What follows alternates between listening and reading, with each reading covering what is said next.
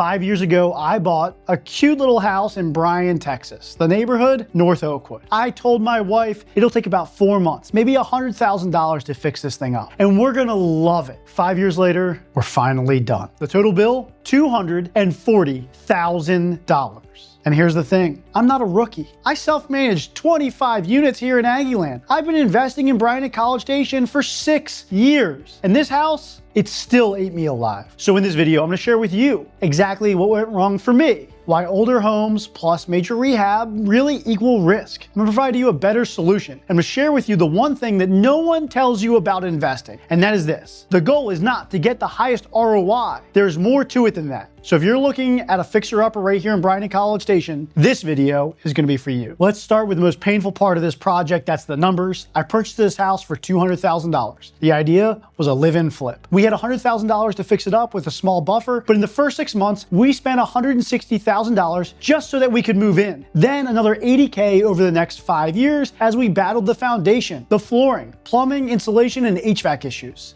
Here's the thing that saved my ass. I just happened to buy this property back in 2020. So thereafter, I had a wave of appreciation. And that appreciation is what kept me from going underwater on this house. Had it not been for that, shoot, this might have been the fatal blow that killed my entire portfolio. You might be asking yourself, how does Greg's $100,000 budget turn into $240,000 spent? Well, for me, there were 3 risks that nobody told me about up front. And the first one, well, that's the inspector domino effect. In Bryan-College Station, the moment you pull a permit on an older home, the city inspector can flag seemingly everything that doesn't meet current code. So we opened up some walls slightly to create a more modern layout. Then all of a sudden I'm reframing the ceiling, and until it's done right, according to that inspector, no green tag, no certificate of occupancy, and I can't move into the house or create any income off of it. It's like pulling the thread on a sweater that was crafted in 1940 and held together by cobwebs. Risk number 2, well, that's the invisible projects. We're talking about the lead-based paint, the asbestos, the structural surprises behind the drywall, things that your contractor can't even quote until the demo is done. And by then, well,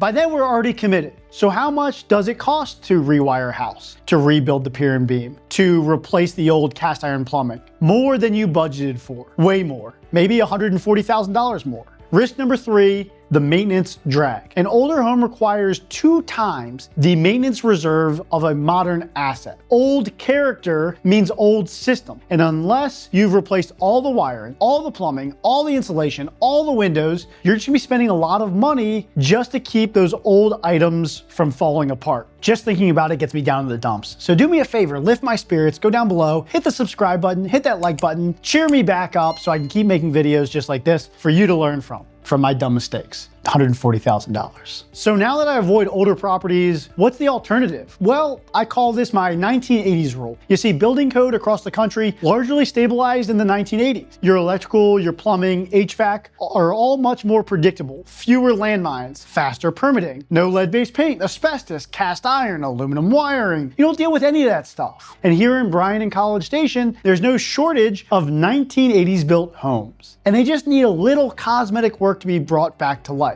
I mean, I'm talking paint, flooring, countertops, things that don't require opening the walls. You don't need to worry about a city inspector blowing up your budget. And when something breaks down the road, they're gonna be drastically cheaper to fix. Here's the mindset shift and ultimately the question you have to ask yourself. If you are lining up a major rehab, are you willing to survive 14 months of being under construction and going over budget? Or is it a better strategy to take on a cosmetic rehab that can be done in 21 days and likely within about 10% of that budget? One of these builds a portfolio while the other one builds a second job and introduces a lot of risk.